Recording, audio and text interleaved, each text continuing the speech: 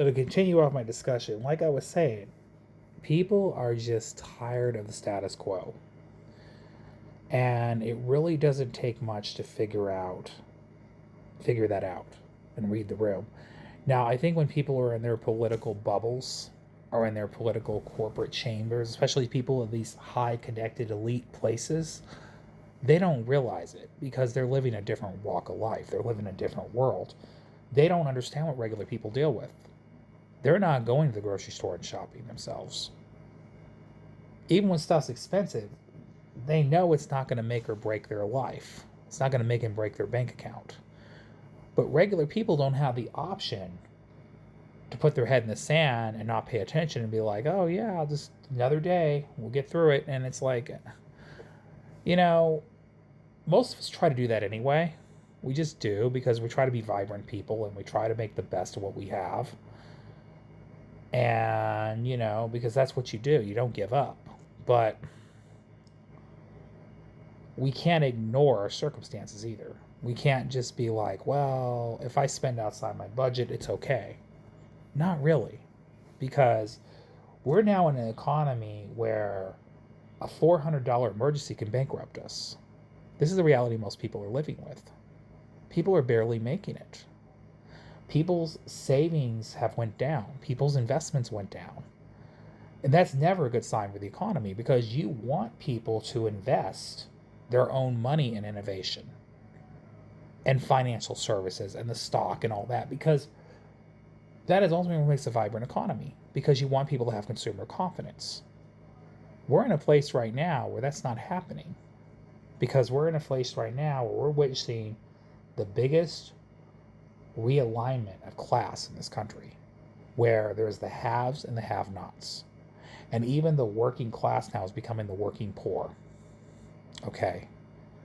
Jobs are disappearing and not getting replaced. More inflation's continuing to go up, but wages aren't. So now inflation's outpacing wages. Now job growth has slowed down. So now we're dealing with an economy called stagflation, which is never good for anyone. All right. And that's when I said when the pain and suffering hits every community in this country, people are going to wake up to that. Regardless of what their political views are, regardless of what walk of life they come from, regardless, once they're dealing with the everyday issues everybody else is dealing with. And again, politics in this country can be very self-centered. We are always self-interested. We vote for what we feel is going to benefit us. We don't vote based on how we're going to better other communities and other people's lives. We don't vote out of empathy. We vote out of self-interest, which is so unfortunate, but that's just how American culture is because we're brought up on individuality. But when the self-interest vote starts to erode and people realize that they voted for people that did not make their life better, or they put their head in the sand about the whole issue and didn't care, or they voted for certain people because they thought that person was going to make them more money in the long run, and it turns out that didn't happen, you're going to see a populist uprising in the country as a result because people are going to get angry and desperate. Everybody's hurting. Even the people that cheered the praises of the Donald Trump presidency, they're hurting right now. They're hurting because they got betrayed by a man who told them everything they wanted to hear. And unfortunately, this guy is exposing so much wrong with the political system, not because he's trying to make it better, but because he's making it worse. He's showing people, yes, the system's already so corrupt, I can do whatever the heck I want. And it's true. He's exploited the system by his own behavior. He's shown there's a lot of laws on the books that are not there that should be there. There should be checks and balances in our government. There should be accountability for presidents who commit crimes. Presidents get immunity. Nobody else gets immunity, though. Presidents get immunity and whoever they give immunity to. Like, think about how disgustingly disturbing that is. Okay, now this person's running our country like a dictatorship, stripping rights away from people. Okay, and again, I argue that the neoliberal and neoconservative order running this country enable somebody like Donald Trump to do the stuff he's doing right now. That's just fact. And more people in this country are finally starting to wake up and realize this. Finally. Now, to be fair, I saw this over a decade ago. And I'm just glad more and more people come to the level the rest of us are. They're realizing, wait a minute, this is what the real problem is. Yeah, the elite wants us to divide over stupid things so they can keep their power and do whatever the heck they want with our political system and take our money and run. Okay? And what these elites are doing right now, along with Trump, the E-class, all these elitists in office and lobbyists, they're taking our money and running. They're looting the treasury and running away. Hiding in their bunkers, their ballrooms that they want to build.